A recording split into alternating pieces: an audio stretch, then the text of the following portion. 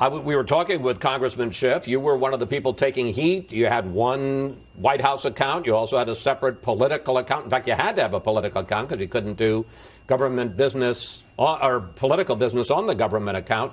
How big a deal do you think this Hillary Clinton thing is, and how big a role will it play in her campaign? Look, it'll be big in that it reaffirms a vision, a narrative that people have about the Clintons, thinking that they are governed by a different set of rules, and that we're going to have throughout the entire course of the campaign, whether it's foreign contributions to their foundation, or Huma Abedin getting a salary from a private company selling intelligence to foreign entities on American politics at the same time she's getting a salary at the State Department. We're going to have a whole series of these things that are the Clintons operating in a sense of entitlement. I have to admit, I was amused at Congressman Schiff. You're right. RNC accounts were there for political activity at the Republican at the White House. We because of the Hatch Act, we had to have a separate account. But we were told these are presidential records. They were periodically swept and added into the White House archives.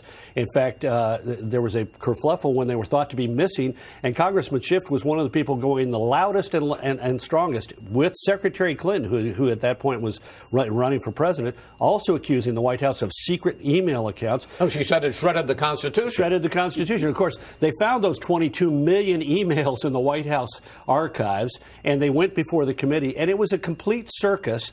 One of the big charges had to do with Don Siegelman, the governor of all right, let's not get into the weeds here. Let's not relitigate 2007. Bottom line is I was laughing listening to him try to defend something after listening to him so piously scream and shout about secret email accounts in 2007 and 2008. I think we can agree, Juan, there were a lot of good things about the Clinton years. We had relative peace and prosperity. We had balanced budgets. We had welfare reform. Some would say Newt Gingrich forced that on the president. On the other hand, there were a lot of things that I think we all didn't like. Scandals, the parsing of words, the playing by different set of rules. Does this, and this is something that I think Karl and Kirsten were talking about, does this feed into that and, in a sense, remind people of the bad parts of the Clinton years? Well, I think it does. I don't, just to pick up, by the way, on something my friends here are talking about, which is, I think, from a historical point of view, you want the historical record from a journalist point of view. That's why AP is suing. You should have some transparency. Now onto the political part, Chris.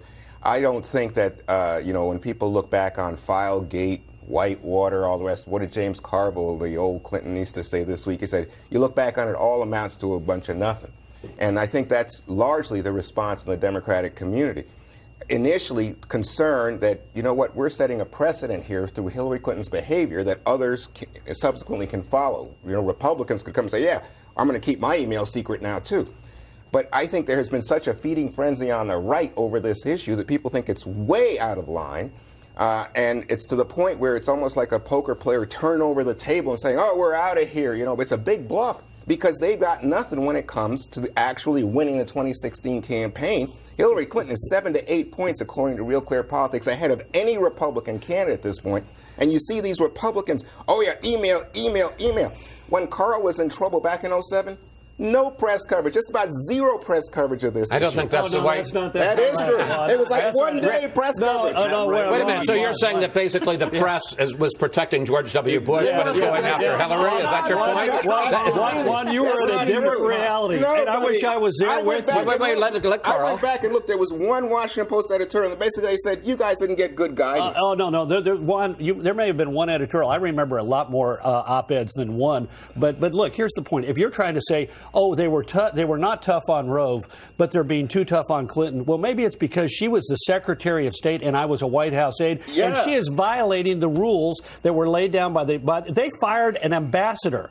But Karl, you fired on her watch. She fired an ambassador for having a private email account while she has a private email account.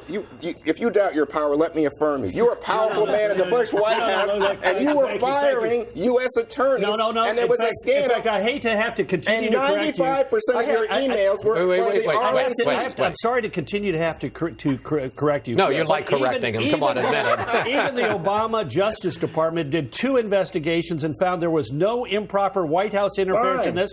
And so I appreciate the drive-by shooting, but get your facts straight. All right.